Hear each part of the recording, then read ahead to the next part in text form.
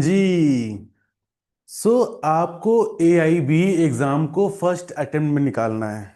Strategy रहती है कि सर पहले अटेम्प्ट में हम AIB एग्जाम को कैसे क्वालिफाई करें।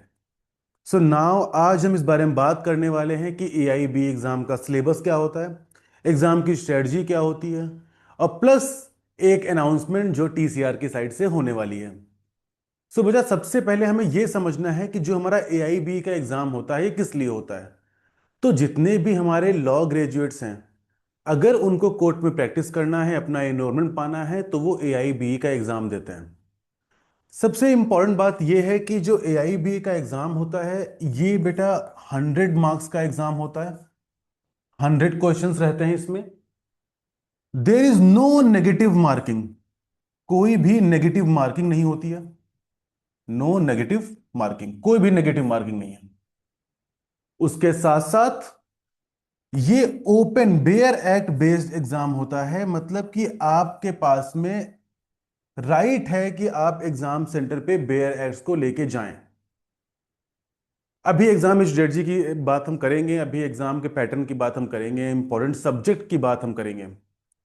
तो ये आपका एक AIB के एग्जाम का पैटर्न है। ये एक साल में 2 बार होता है। एक साल में ये एग्जाम 2 बार होता है। आपका एक जून के आसपास होता है और एक आपका दिसंबर के आसपास होता है। अब हम आते हैं कि जो हमारा AIB का एग्जाम है उसमें इंपॉर्टेंट सब्जेक्ट कौन से हैं जिनके बारे में हमें मेनली फोकस करना चाहिए, जिन पे हमें मेन फोकस करना चाहिए। तो आपका जो सबसे इंपॉर्टेंट सब्जेक्ट है वो है कॉन्स्टिट्यूशन लॉ।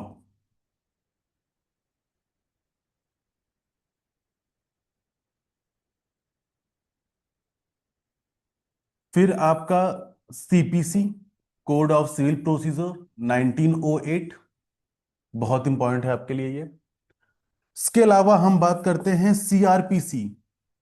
अब आप बोलोगे सर ये तो ओल्ड लॉ है। CRPC प्लस BNSS, अभी दोनों बेयर एक्ट से क्वेश्चंस आते हैं। इसके अलावा जब हम और ध्यान देते हैं तो हमारा निकल के आता है एविडेंस एक्ट। ये सब वो सब्जेक्ट हैं जिनका हाई वेटेज है। कहां पे? आपके AIB के एग्जाम में, जिसको हम BSA बोलते हैं, भारतीय साक्ष्य अधिनियम।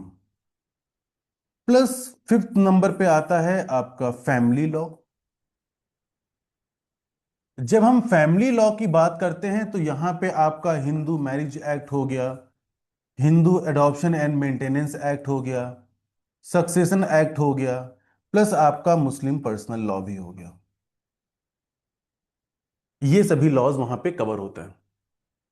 इन पर्टिकुलर लॉज के अलावा जो आपके और इंपॉर्टेंट लॉज हैं वो आपका ADR, alternative dispute resolution. ADR बहुत ही इंपॉर्टेंट लॉ है आपके लिए AIB के पर्सपेक्टिव से। आप जितने भी मैं आपको सब्जेक्ट्स लिखवा रहा हूं, इन सभी सब्जेक्ट से आपको 8 to 10 क्वेश्चंस इजीली आपके एग्जाम में मिल जाते हैं। तो सबसे पहला फोकस हमारा इन्हीं सब्जेक्ट्स पे होना चाहिए। प्लस सेवेंथ में हम किसको लेके आएंगे? कॉन्ट्रैक्ट एक्ट को। इसके अलावा हम अगर देखें तो हम फिर फैमिली लॉ की बात हो चुकी है आपसे। हमारे ये 7 सब्जेक्ट्स हैं जहां से मेजर AIB के क्वेश्चंस आते हैं। AIB एग्जाम हमें सिर्फ एक पासिंग एग्जाम है, हमें पास करना होता है। अगर हम इसके एग्जाम की क्लियर करने की पहले अटेम्प्ट में आप AIB को कैसे क्लियर करें, अगर मैं उसकी स्ट्रेटजी की बात करता हूं तो बहुत ही सिंपल सा है कि आपको बेयर एक्ट पे मेन फोकस करना है। जो आपके बेयर एक्ट्स हैं उन पे आपका मेन फोकस होना चाहिए। उसके अलावा क्या है, जब भी हम पिछले 1-2 साल के AIB के एग्जाम्स देखते हैं तो वहां पे कॉन्सेप्चुअल क्वेश्चंस भी वो लोग पूछ लेते हैं। क्या करते हैं? कॉन्सेप्चुअल क्वेश्चंस भी पूछ लेते हैं। तो आपको इसके साथ साथ PYQs को देखना पड़ेगा, प्लस जो बेयर एक्ट के मेन सेक्शंस हैं उनको आपको कॉन्सेप्चुअली भी बहुत ही अच्छे से पढ़ना पड़ेगा। और जो अनाउंसमेंट की बात है, तो जो हमारा एक सीरीज हम लॉन्च करने वाले हैं AIB के ऊपर। हम एक पूरी सीरीज लॉन्च करने वाले हैं एआईबी के ऊपर, जिसमें हम स्टार्टिंग करेंगे आपके कॉन्ट्रैक्ट लॉ से। फिर जितने भी आपके इंपॉर्टेंट लॉज हैं, इन सभी के वीडियोस आपको मिलते रहेंगे, जितने भी आपके इंपॉर्टेंट लॉज हैं। इस पर्टिकुलर सीरीज में मैं तो पढ़ाऊंगा ही, उसके साथ साथ हमारे कुछ और फैकल्टीज जो नेशनल लॉ यूनिवर्सिटी से हैं वो भी आपको इसमें पढ़ाएंगे। ये आपकी सीरीज बहुत जल्द, इसी हफ्ते से आपके वीडियोस पढ़ना यूट्यूब पे स्टार्ट हो जाएंगे।